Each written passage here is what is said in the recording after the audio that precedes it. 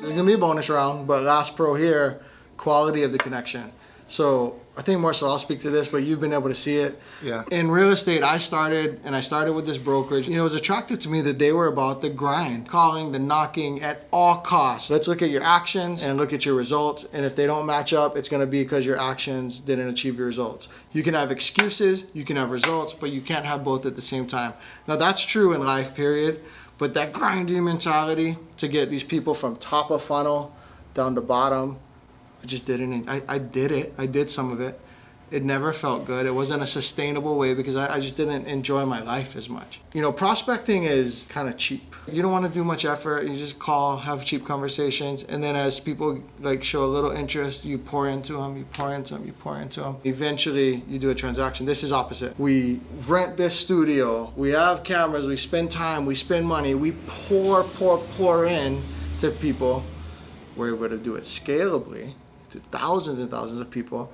All the work was done up front, and then when they come to us, they're like, oh my God, I can't believe Derek actually answered the phone. Mahe, I can't believe Mahe, my partner. Like, the quality of connection is so bottom of funnel that this is gonna be outrageous to some people. When my real estate coach asked me, Derek, we should focus on referrals. I love referrals and I love to help more people's referrals, etc. I'd love to help your referrals. However, YouTube clients are fans. They're raving, fanatical fans. Referrals are just referrals. So historically in the industry, it always been past clients are number one. You've already transacted with them, then referrals, and then it goes down. In the new world, that's not true anymore. Past clients, YouTube clients are like maybe below that, maybe you could argue not, but they're like right there. Referrals are a far, far distant third. I've seen it, like after like maybe a year or so when we're in the field being stopped. Because when we started shooting, I was still chasing bad leads. Yeah. So you kind of heard me having these conversations that were awkward, and I mean, our shooting days were long. There are times like I'm flying a drone, and so you're like, I'm gonna do some business. I'm around it, so I see the change of the quality of the conversations you're having. We're at the point where I can make testimonial videos, for example. And we did that at the client appreciation party last year.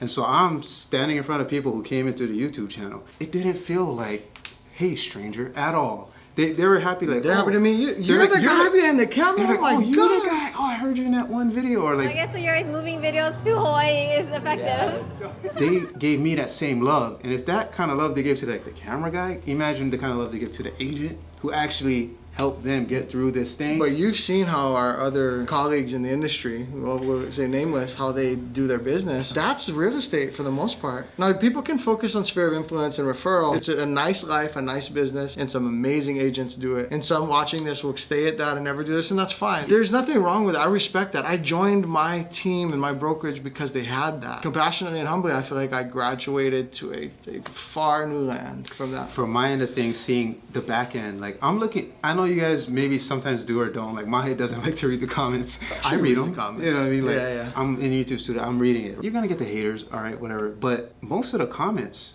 are what I would consider like, it's something you'd expect in a DM in Instagram. But it's public, on a public video on YouTube. Because there's this admiration and intimacy when you've spent so much time with someone. And this like willingness to share personal, how many personal story comments do we get about family, about memories? These kind of comments don't happen with someone like some stranger selling you something, right? I mean, it all kind of blends in together, but the connection is the overall people who connect and reach out, the connection's different, and they're your tribe. That's the thing. If you're alternative person with green hair, then they love that, then that's your tribe. If you're a cowboy wearing a hat with a beard and you're like, I got a gun rack in my truck, then they vibe with that. It's better for the client. It's more profitable for the business.